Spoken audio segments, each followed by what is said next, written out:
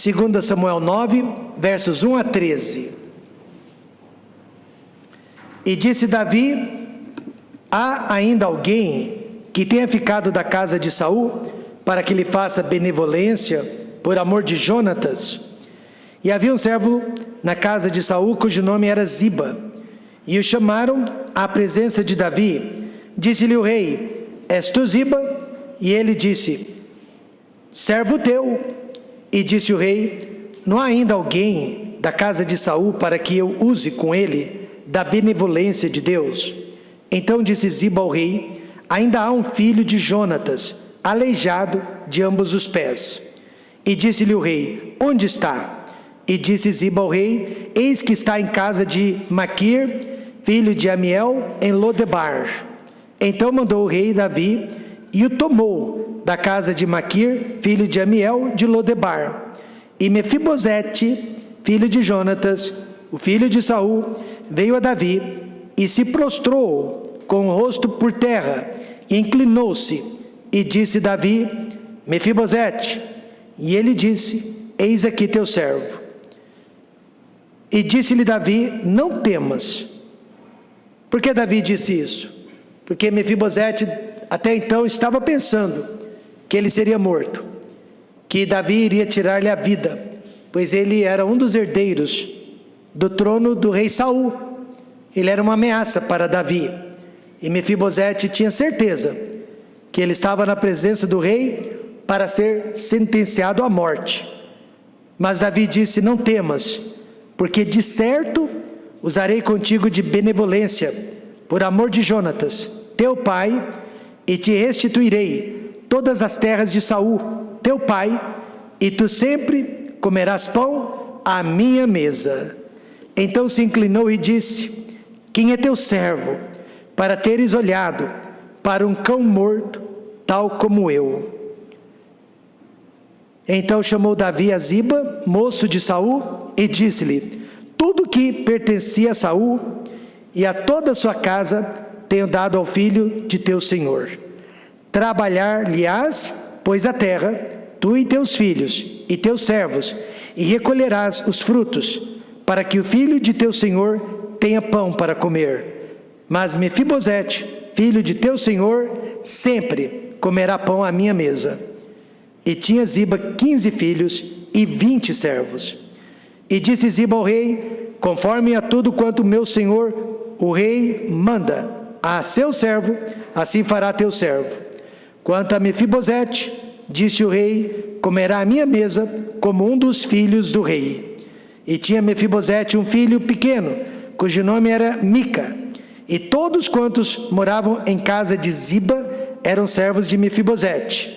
Morava, pois, Mefibosete em Jerusalém, porquanto sempre comia à mesa do rei, e era coxo de ambos os pés. Nesta noite, baseado neste texto, eu quero falar sobre a graça maravilhosa de Deus, o significado da graça de Deus. Podem se assentar. Alguns anos atrás, eu visitei uma de nossas igrejas mantenedoras nos Estados Unidos. E a igreja havia me preparado uma surpresa. No final do culto, o pastor da igreja me chamou à frente de todas as pessoas e me passou às mãos uma oferta bastante expressiva para ser usada na construção de uma de nossas igrejas. Eu fiquei atônito e sem palavras. Na frente de todas aquelas pessoas, o pastor me perguntou como eu estava me sentindo. Na hora, eu simplesmente respondi: pastor, eu me sinto como Mefibosete, na presença do rei Davi.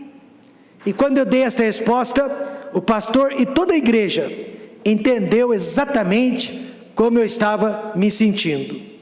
Veja como Mefibosete se sentiu no versículo 8. Então se inclinou. Eu não me inclinei, mas deu vontade de me inclinar, e disse: quem é teu servo, para teres olhado para um cão morto, tal como eu? Em outras palavras, pastor, se o senhor e a sua igreja me conhecessem como Deus me conhece, vocês não gostariam de mim, vocês não estariam me ajudando, vocês não estariam investindo assim no meu ministério e na minha vida. Mas esta é uma verdade sobre todos nós. Recentemente eu ouvi alguém dizendo que até o melhor dos homens tem sempre algo para esconder. Por isso que nesta noite, tudo que eu e você somos, e tudo que eu e você estamos recebendo, é pela graça maravilhosa de Jesus. Em outras palavras, pastor, o que eu e o nosso povo no Brasil fizemos para recebermos tamanha ajuda de sua igreja, o que Mefibosete fez para ser abençoado pelo rei Davi, absolutamente nada. Temos aqui então o verdadeiro simbolismo da salvação, do amor do Senhor Jesus Cristo para conosco. Efésios 2, 8 a 9 diz: porque pela graça sois salvos, por meio da fé. Isto não vem de vós, é dom de Deus, e não vem das obras, para que ninguém se glorie. Não há nenhum de nós aqui nesta noite que pode se gloriar, que pode bater no peito e se exaltar. Talvez haja dentre nós pessoas piores, mas não há pessoas melhores. Mefibosete não tinha nenhuma obra, pelo contrário, ele merecia morrer, pois ele era da família do inimigo número 1 do rei Davi, Saul, e ele ameaçava o trono de Davi. Mas ao invés de justiça, ele recebeu amor. Ao invés de justiça, ele recebeu misericórdia, e ainda foi convidado para se assentar à mesa do rei durante todos os dias da sua vida. E é por isso que eu amo a igreja do Senhor Jesus Cristo, é por isso que eu não desprezo a nossa congregação, porque, meus amados irmãos, o fato de estar aqui não é um direito, mas é um privilégio. O fato de Deus ter nos resgatado e nos tirado deste mundo, e de ter nos colocado dentro da sua família, é um privilégio, é pela graça maravilhosa de Jesus. Nós também éramos inimigos da cruz de Cristo, até recentemente. Nós éramos ignorantes, idólatras, imorais, mas agora fomos convidados para nos assentarmos para sempre, não por alguns dias, mas para sempre, na presença do Rei dos Reis.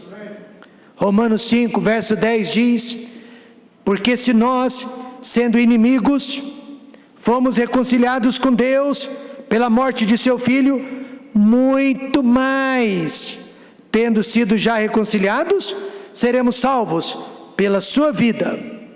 Infelizmente, a maioria dos religiosos, isso inclui você e eu, não conhece o significado da graça de Deus. Fica falando aí de justiça, quando na verdade o que precisa é de graça e misericórdia. Jó, um dos homens mais corretos do mundo, sabia disso, e dos seus lábios saíram essas palavras: porque ainda que eu fosse justo, é uma condicional. Ainda que eu fosse, ele não se considerava justo, mas ainda que eu fosse justo, ainda que eu fosse perfeito, não lhe responderia. Antes, ao meu juiz, pediria misericórdia. Sabe qual é a maior necessidade que eu e você temos para 2025? Misericórdia. Nós precisamos da graça e da misericórdia de Deus sobre a nossa vida e sobre a vida da nossa família. Agora, qual é o significado da graça de Deus? A palavra graça quer dizer, graça é quando recebemos o que não merecemos. Eu e você não merecemos fazer parte de uma igreja, é pela graça. Eu e você não merecemos a salvação em Jesus Cristo, é pela graça. Eu e você não merecemos a habitação do Espírito Santo dentro de nós, é pela graça. Já misericórdia é quando não recebemos o que merecemos. Eu mereço castigo, Deus me dá a paz. Eu mereço o inferno, mas Deus me deu o céu. Mefibosete não merecia fazer parte da família de Davi, não merecia ser tratado como um dos filhos do rei. Ele merecia o mesmo destino de seu pai e de seu avô. Mas pela graça, ele foi salvo. Pela graça, ele foi resgatado e transformado em um dos filhos do rei.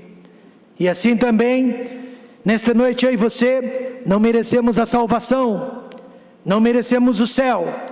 Eu e você merecemos o inferno, mas pela graça de Jesus Cristo fomos salvos. Precisamos então da graça, não só para a nossa salvação, mas pelo resto de nossas vidas. Eu e você precisamos adentrar este novo ano em nossas vidas, debaixo da graça maravilhosa de Jesus. Caso contrário, não vamos conseguir passar pelo que vamos passar. Então veja comigo 3 significados da graça maravilhosa de Deus neste texto. Primeiro, meus irmãos, a graça de Deus é espontânea. A graça de Deus é voluntária. Ninguém jamais precisou convencer Deus de ser misericordioso para conosco. Ninguém jamais precisou torcer o braço de Deus para nos amar, para nos favorecer. Mas a graça de Deus, ela veio da sua espontaneidade. Veja o verso 1, e disse Davi. Ninguém falou com Davi. Há ainda alguém que tenha ficado da casa de Saul, para que lhe faça benevolência por amor de Jonatas? Sem mais nem menos, o rei, de seu próprio coração, decidiu abençoar a vida de Mefibosete. Foi uma ação voluntária. Mefibosete nunca havia feito nada de bom para Davi. Eles nem se conheciam. Não foi uma reação, mas uma ação. Qual é a diferença? Reação, ajudamos aqueles que nos ajudam. Reação, investimos naqueles que nos prometem algo. Mas ação, fazemos o bem sem olhar a quem. E muitas pessoas pensam que Deus é reacionário. Engano. Se Ele fosse reacionário, eu não existiria mais. Se Ele fosse reacionário, eu não estaria vivo mais. Se Ele fosse reacionário, eu estaria morto, eu estaria perdido. Deus não é um reacionário. Deus, muitas pessoas pensam, só ajuda quem merece. Isso não é verdade. Romanos 5, verso 8 diz: mas Deus prova o seu amor para conosco, em que Cristo morreu por nós, sendo nós ainda pecadores, culpados. A reação de Deus aqui deveria ser o inferno, mas ao invés disso, Ele nos deu Jesus. E eu creio que faltou esse tipo de espontaneidade na igreja, neste ano que está se findando. Infelizmente, o nosso amor tem sido reacionário. O nosso amor tem sido seletivo. Amamos quem nos ama, e ai daqueles que nos prejudicam. Ainda bem que Deus não é assim, amém, irmãos? Primeiro, Ele amou o homem primeiro. Ele nos amou primeiro. Davi pergunta: há ainda alguém? E assim como Davi saiu em busca de alguém para abençoar, para ajudar, para libertar da família de Saul, e ele saiu em busca de Mefibosete, Deus saiu em busca de cada um de nós. A sua procura começou já no jardim do Éden, e só acabou na cruz do Calvário. De novo, Ele começou a nos procurar no jardim do Éden, na queda do ser humano, e só acabou na cruz do Calvário. Adão e Eva fugiram da presença de Deus, mas ele desceu do céu, veio e perguntou: Adão, onde estás? E desde então ele tem perguntado: João, onde estás? Pedro, onde estás? Lucas, onde estás? Mateus, onde estás? Para não usar nomes conhecidos de agora. Mas ele está perguntando por cada um de nós, onde nós nos encontramos nesta noite. Não só aqui na igreja, mas qual que é o nosso relacionamento para com Deus? Relacionamento de um filho obediente, dedicado, salvo, lavado no sangue de Cristo, ou de um filho desobediente, rebelde e afastado de Deus? Pior ainda, de um incrédulo que ainda não se converteu dos seus pecados e do seu mau caminho. Onde estás? Pedro, onde estás? Onde estás, João? Ele pergunta. Os homens colocaram seu filho na cruz do Calvário, mas o filho disse: Pai, perdoa-lhes, porque não sabem o que fazem. Veja então que esse Deus maravilhoso nos amou primeiro. No verso 5, Davi mandou buscar Mefibosete. Então mandou o rei Davi e o tomou da casa de Maquir, filho de Amiel, de Lodibar. Mefibosete não tinha casa, não tinha herança, não tinha nada. Quando Davi o mandou buscar, e ele até morava de favor na casa de outras pessoas.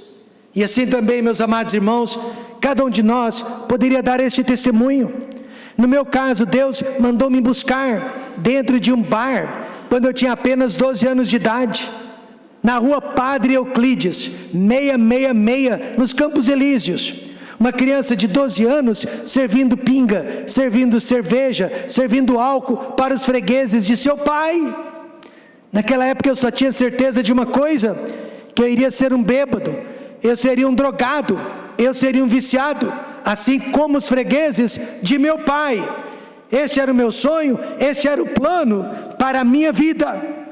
Mas Ele mandou me buscar de dentro daquele bar. Ele transformou a minha vida. Eu não tinha nada, mas hoje Ele me deu tudo. Agora eu posso dizer que amo a Deus, porque Ele me amou primeiro. 1 João 4,19 diz: nós o amamos a Ele, porque Ele nos amou primeiro. E assim como Deus, assim como Davi, quem daqui vai amar primeiro? Vamos supor que você tenha problemas de relacionamento com um irmão em Cristo. Isso é o que mais acontece dentro das igrejas. O que mais tira pessoas de dentro da igreja é relacionamento ruim com os irmãos da igreja.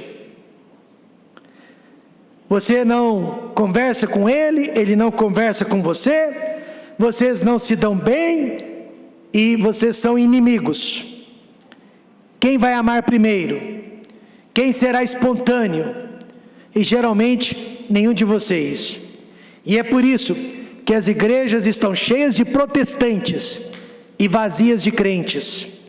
O verdadeiro cristão é aquele que ama primeiro, que perdoa primeiro e que busca primeiro. Amém, irmãos? Ele amou o homem primeiro e também Ele amou o homem por causa de um justo. Ele amou um homem por causa de outro justo. E disse Davi: há ainda alguém que tenha ficado da casa de Saul para que lhe faça benevolência por amor de Jonatas? Davi amou Mefibosete por causa de Jonatas, não por causa dele mesmo, mas por causa de Jonatas. E Jonatas havia sido o melhor amigo de Davi. Jonatas nunca traiu a confiança de Davi. Jonatas ficou do lado de Davi quando o mundo inteiro estava contra Davi. E assim também, para você não se orgulhar, para nós não nos orgulharmos, Deus nos amou por causa de Jesus Cristo. Não tem nada a ver com o que somos, não tem nada a ver com o que fazemos. Deus nos amou por causa de Jesus Cristo, e Jesus Cristo nunca traiu a confiança do Pai. Jesus Cristo nunca pecou. Ele deixou a sua glória no céu para ser um servo de Deus aqui na terra. Você já deve ter ouvido falar da história de Onésimo. Onésimo foi um escravo que havia fugido do seu senhor. Além de fujão, ele havia causado muitos prejuízos ao seu senhor.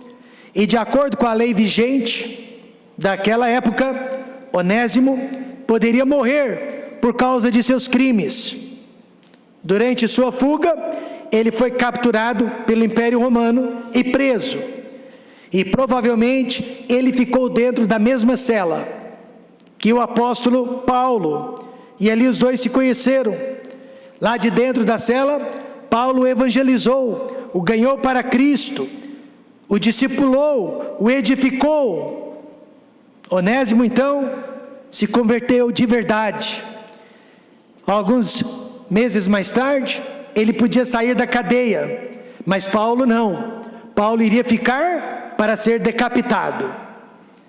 Como novo convertido, Onésimo não só queria voltar para o seu senhor, mas queria também pagar todo o prejuízo que ele havia causado com a sua fuga.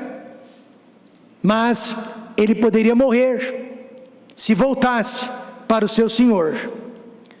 Então Paulo resolveu escrever uma carta, que se tornou uma epístola do Novo Testamento, a carta de Filemon, porque Filemon era o dono de Onésimo, e coincidentemente, Paulo conhecia Filemon, e Paulo escreveu assim: assim pois, se me tens por companheiro, recebe-o como a mim mesmo, e se te fez algum dano, ou te deve alguma coisa, põe isso à minha conta.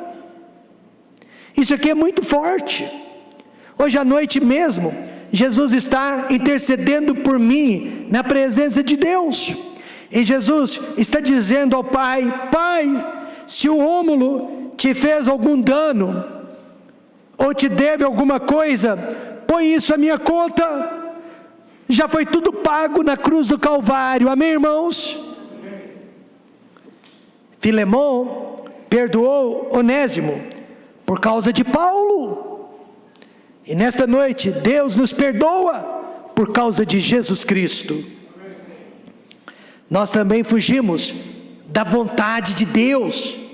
Neste ano que se finda, quantas vezes nós fugimos da vontade de Deus? Nós causamos prejuízos a Deus, à nossa família. Mas Jesus disse para o Pai: pode pôr tudo na minha conta. Veja então que a graça de Deus é voluntária, é espontânea.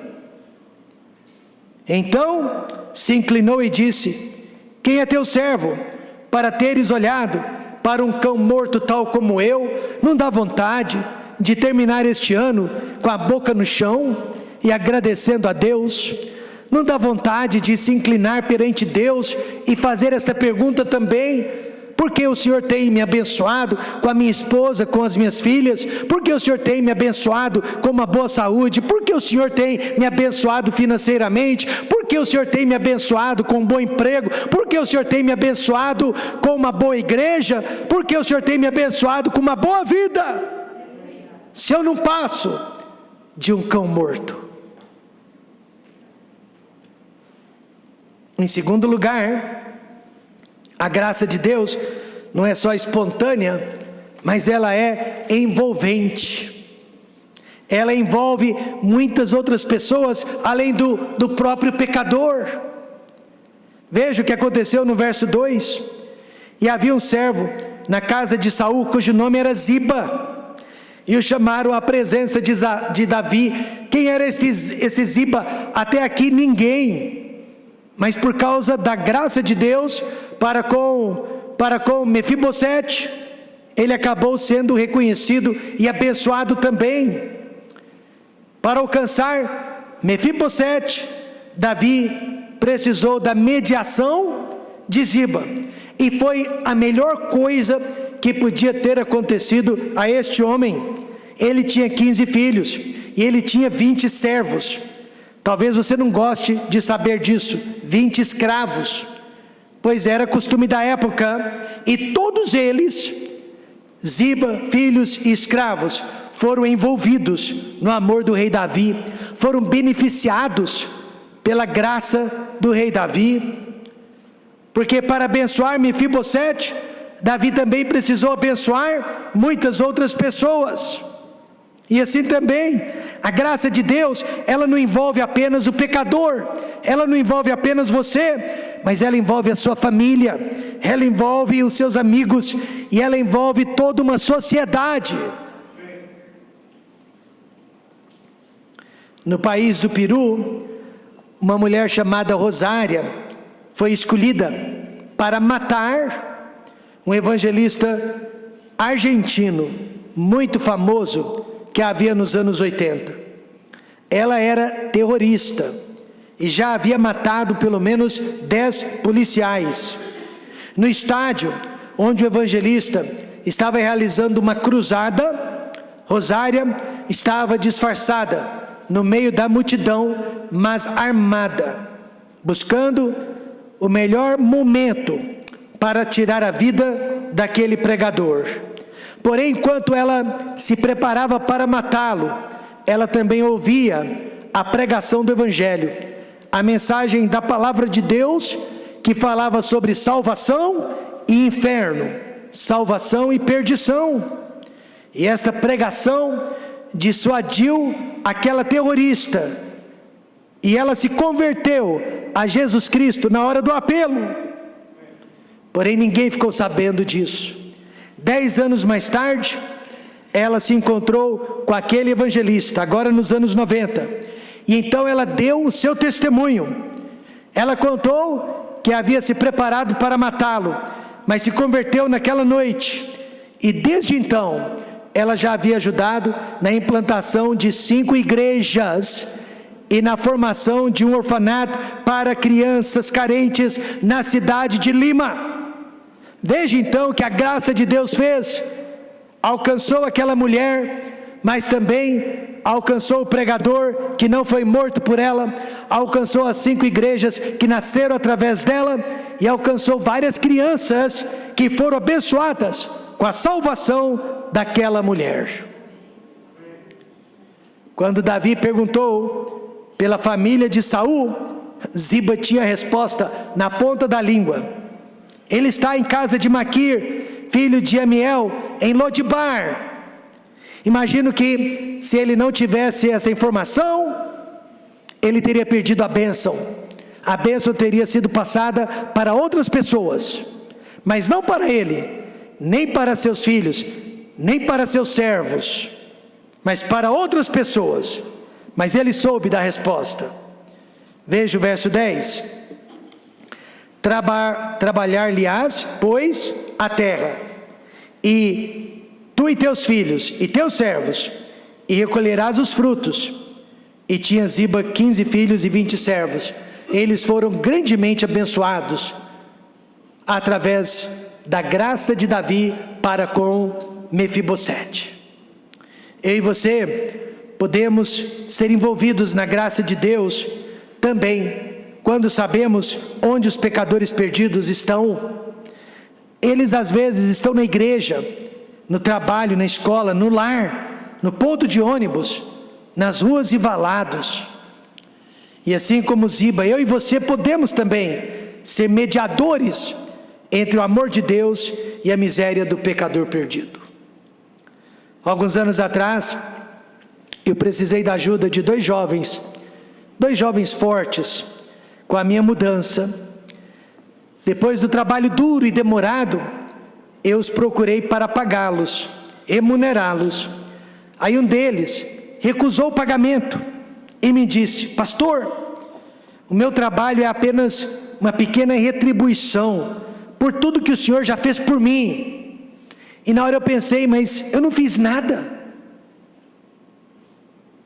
Eu não fiz nada que não fosse a minha obrigação. Eu fui apenas um mediador entre o amor de Deus para com aquele rapaz.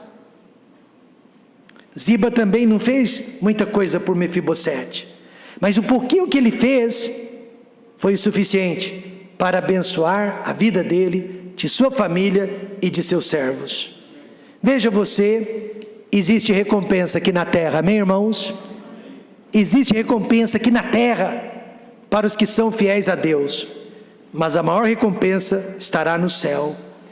Portanto, depois de receber a graça de Deus, a melhor coisa que existe é oferecer esta graça agora para outras pessoas.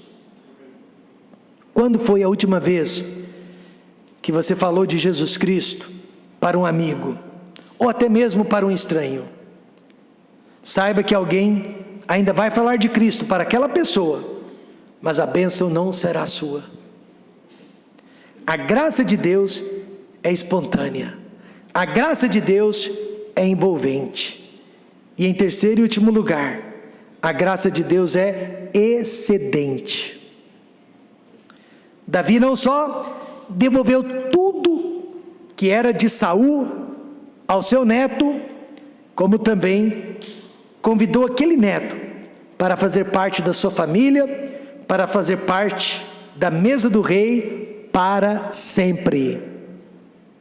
A Bíblia ensina que durante o milênio, o rei Davi vai reinar, também a partir de Jerusalém. E de acordo com as escrituras, este Mefibosete vai estar na mesa do rei, durante o milênio, porque a promessa de Davi foi para sempre. Em outras palavras, Davi ofereceu muito além do que Mefibosete precisava. E nós, hoje à noite, só precisamos da salvação, mas Deus oferece muito mais do que a salvação para nós. Veja Romanos 8, 32, veja que promessa: aquele que nem mesmo a seu próprio filho poupou, antes o entregou por todos nós, como nos não dará também com ele todas as coisas? Tudo que você e eu precisamos para este mundo, para esta vida, Deus prometeu nos dar através de Jesus Cristo. Vamos supor que você fizesse parte do movimento do sem-teto, e o governo lhe desse uma casa. Você diria: obrigado, governo, pela minha casa. Mas além da casa, o governo também mobiliasse a sua casa. Aí você diria: muito obrigado, governo. E ainda não satisfeito, o governo resolvesse lhe dar também um carro 0 quilômetro e um bom emprego. Só a casa já teria sido suficiente, mas você recebeu muito mais que uma casa, e assim também só a salvação seria suficiente. Que maravilha! Deus vai nos levar para o céu.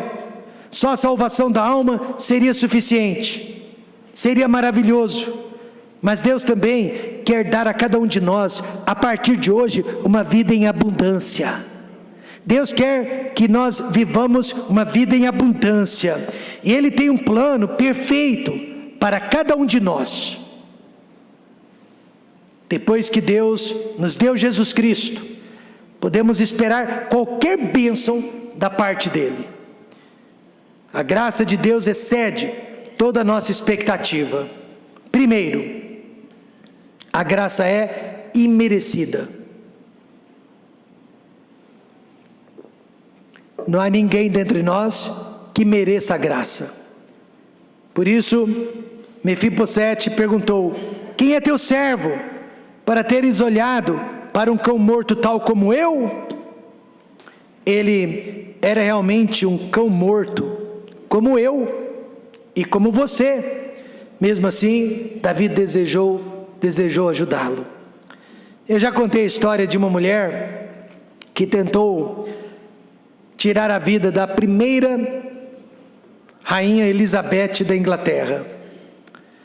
Felizmente ela foi capturada antes do feito.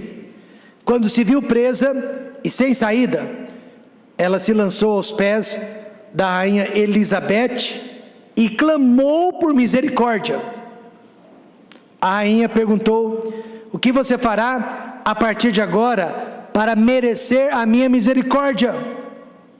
A mulher respondeu: rainha, se eu fizer alguma promessa, não será mais misericórdia, mas mérito.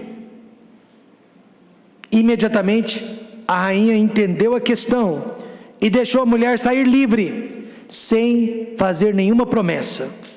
Só que a partir daquele dia, aquela mulher se tornou a súdita mais fiel, mais dedicada para com a rainha em todo o reino da Inglaterra.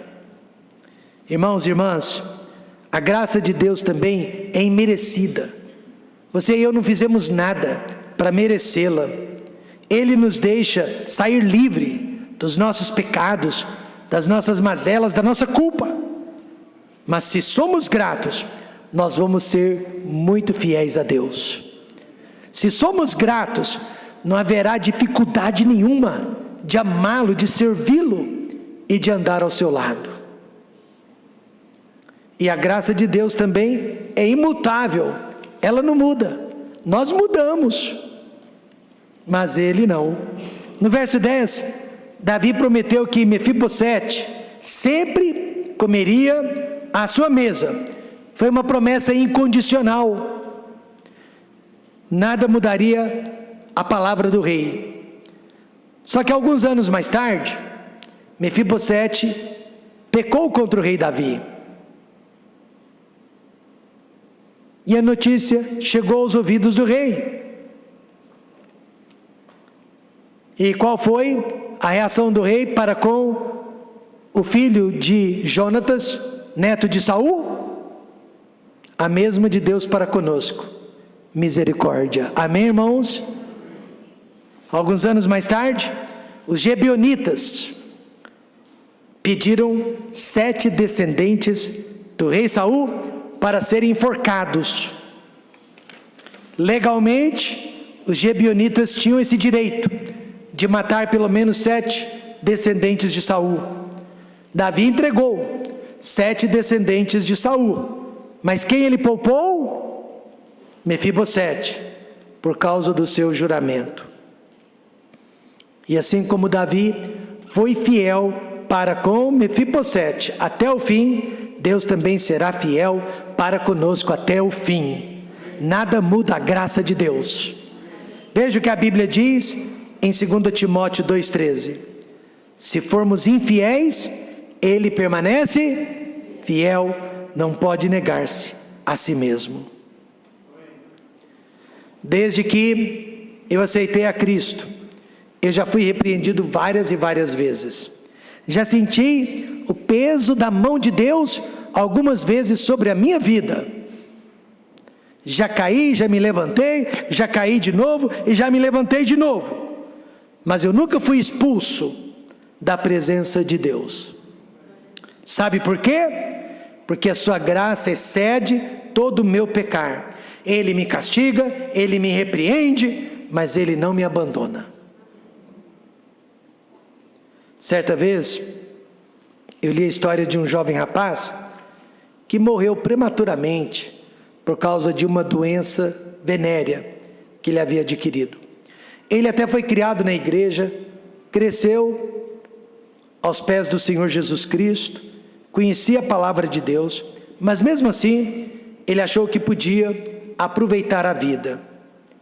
Como jovem, ele desobedeceu, maltratou os seus pais. Saiu de casa. Quando a doença o pegou, no início dos anos 80, nem as enfermeiras naquela época queriam ficar perto dele. Adivinha quem ficou com ele até o seu último suspiro de vida? Sua mãe e seu pai. A graça de Deus é assim também, incondicional. Ele nos ama até o fim. O filho morreu prematuramente porque brincou com o pecado, mas veja que nunca perdeu o amor de seus pais. Nesta noite, não existe pecado que consiga destruir o amor de Deus para conosco. Paulo disse em Romanos 8,39, nem a altura, nem a profundidade, nem alguma outra criatura nos poderá separar do amor de Deus que está em Cristo Jesus, nosso Senhor? Quantos acreditam nisso? Nada pode nos separar do amor de Deus. Então vamos fazer parte da graça de Deus. Ela é espontânea, ela é envolvente e ela excede todo o nosso merecimento e todo o nosso pecar. Chega de viver com medo. Amém, irmãos? Chega de viver com medo. O que Deus tem nos oferecido, irmãos, é completo. Vamos fechar os olhos e vamos orar.